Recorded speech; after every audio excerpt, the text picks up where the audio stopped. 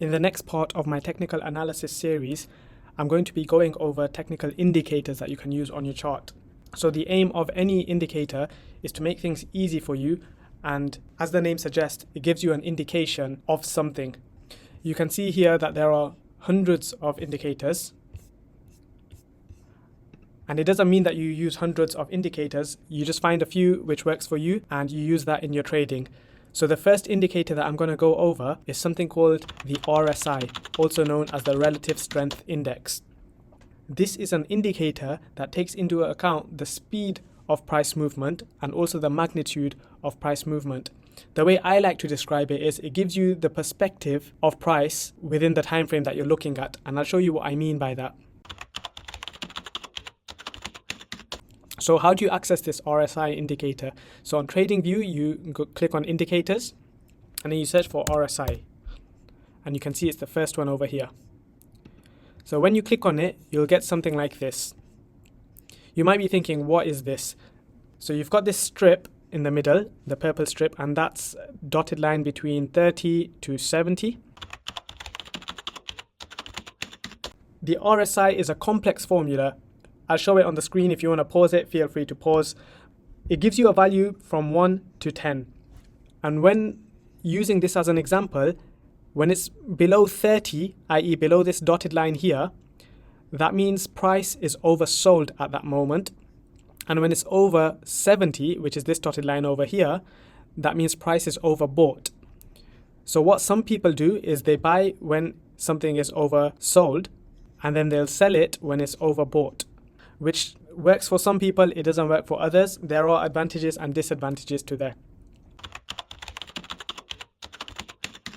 One of the issues of using this method is that certain stocks or cryptocurrencies can stay overbought for a long time, and certain stocks can stay oversold for a long time. So you might miss out on some really good gains. Let's use this example of Bitcoin. This is in 2017 and 18. You can see that price became overbought over here, so about $700 or so, and then the next became overbought around that same level as well. If you had sold here, you would have missed out on this gain here, and again it became oversold here, so about 1,000, and then we're talking around here. And as you can see, the price has stayed overbought for a very long time, and by selling here you would have missed out on some really good gains all the way up until this level over here of 19,000. Similar to that, prices can also be oversold for a long time as well. So if you look at 3M, one of the stocks, it was oversold here. So if you bought over here, you can see it continued going down and became oversold again over here. You can see that. And again over here became oversold. So if you bought all over here, then you would have been in loss, and again you would have been in loss. If you DCA'd, then it might have worked out. So if you bought some here, bought some more here, bought some more here, then it would have been okay. This is the chart of the S&P 500. And you can see if you were solely relying on buying when it's oversold and selling when it's overbought, you'd have bought in 2020, which was the last time it was cheap. And then you would have sold over here, which is in 2024. So essentially you would have waited 4 years to make a trade.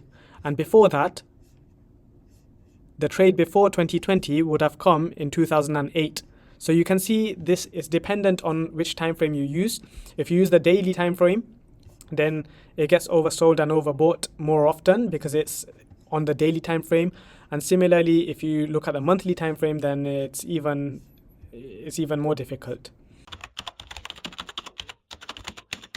The other method people use the RSI for is to look for something called divergences, and I'll show you what I mean by that. Here's the chart of MasterCard, and there's two things you can get. You can get something called a bullish divergence, and you can get something called a bearish divergence. What that essentially means is if you notice here, the RSI makes a high, and the chart itself has a price over there. Then the RSI shows a lower high, and the chart shows a higher high. And again, the RSI makes a lower high, whilst the chart makes a higher high. This is something called a bearish divergence, where essentially you've got lower highs in the RSI and higher highs on the chart. So you can see there's a crocodile jaws forming here. So you've got the jaw out, you've got the jaw in over here, the top one. So what that means is it's an indicator that price should be coming down, and that's exactly what happened here. So you could see that that played out perfectly. So similarly to a bearish divergence, you can also get something called a bullish divergence. So this is the chart of Cummins. It's one of the industrial stocks. And I want to show you one thing. So you could see here the RSI makes a low, and then it corresponds to this price here. Then the RSI makes a higher high, whilst the chart makes a lower low. And over here, the RSI makes another high, whereas the chart makes a lower low. So you can see this divergence forming. So you've got lower lows in the chart here, and then you've got higher highs in the RSI over here. So what that indicates is that price should go up from here. And that's exactly what happened.